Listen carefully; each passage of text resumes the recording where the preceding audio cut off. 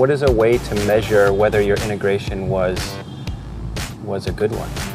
I think it depends upon what the goals were to begin with. Yeah. I mean, we can tap into influencer panels that we have, of our super fans. We can use third-party research companies in order to prove it out. It depends what they want to do. And it's true, I mean, in the area of content marketing, you don't have yet the set of tools that the industry in its entirety accepts, agrees with, etc., etc. So we on our side at Havas are definitely working on this. We have a few tools, a set of tools, but we don't have yet the full suite that allows to measure everything and to create the impact, and most importantly, to measure the ROI. Social chatter. I mean, there's so many things that exactly. Could be you can track many things. It depends on the objectives and depends also on the next step of evolution of our industry, which will be about the tools and the measurement and the rationalization of all of that. And then in Ben, we use third-party metrics to really capture the duration, the impact, the audience who was watching it. We did recently start following the chatter and the social that's around it. So again, I feel like every week there are new opportunities from new platforms that are offering metrics services, and so we're always growing. But again, I think it's the challenge with this space for so many years was that the call to action was the one component that was missing. How do you measure if your audience left that theater or got off their couch or clicked to order? But I think with so much technology available to us, we'll be able to start tracking all of that a little bit better at some point.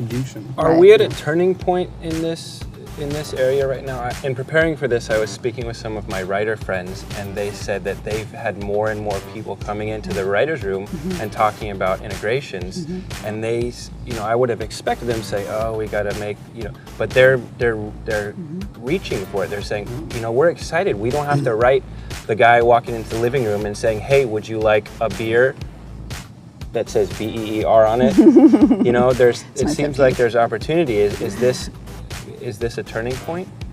I definitely think that we are at a more formalized point. We talk about that traditionally product placement was very earned. It was working with the crews directly below the line, meaning that you were talking to a transportation coordinator if you had an auto brand, and if it was a prop, you were talking to a prop master. And so it was very much, and that those decision makers are still very important. Trade out, but it was very barter and on an earned basis. So you were earning a placement by talking to someone. It was really in kind. But we have definitely formalized the process over the, I think the last 10, 15 years. But I really think now that it's at a point,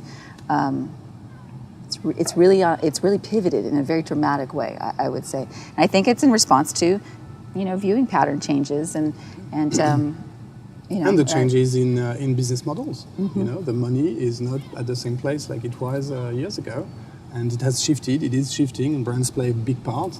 And when from the creator standpoint, having been one working with many of them, including music artists that now accept and like product placement in their video, what they get in return is authenticity, if we've done well and if they can control it, but then also it's just money to be able to increase their production values.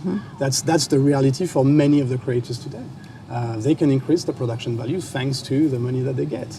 And since no one is forced here, because everything is done on a chosen basis, no one is forced to do anything in the end, I think it can just create positive things.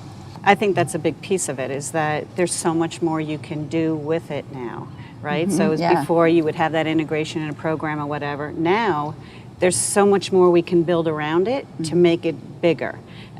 So for instance, back in the spring at Discovery, we announced something called One Discovery, which is basically putting brands in the middle and using our assets and capabilities as a marketing platform for them, right? So if we've got them involved with content on air, how, for instance, maybe can we take that, can we utilize maybe the talent that's involved with that program and get them to tweet or post about it? Or how can we use the data that we have to make us smarter?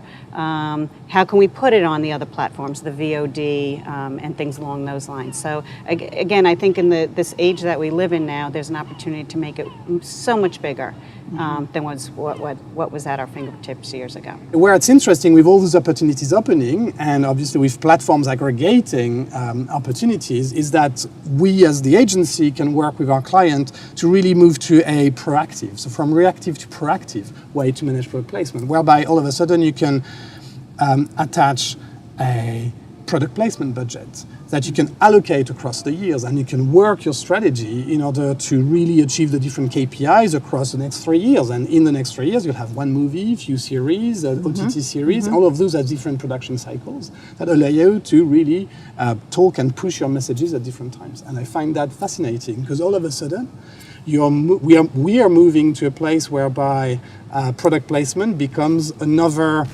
element that we can pilot for our clients and generate value out of, rather than just being reactive and trying to be reactive and work on the fly.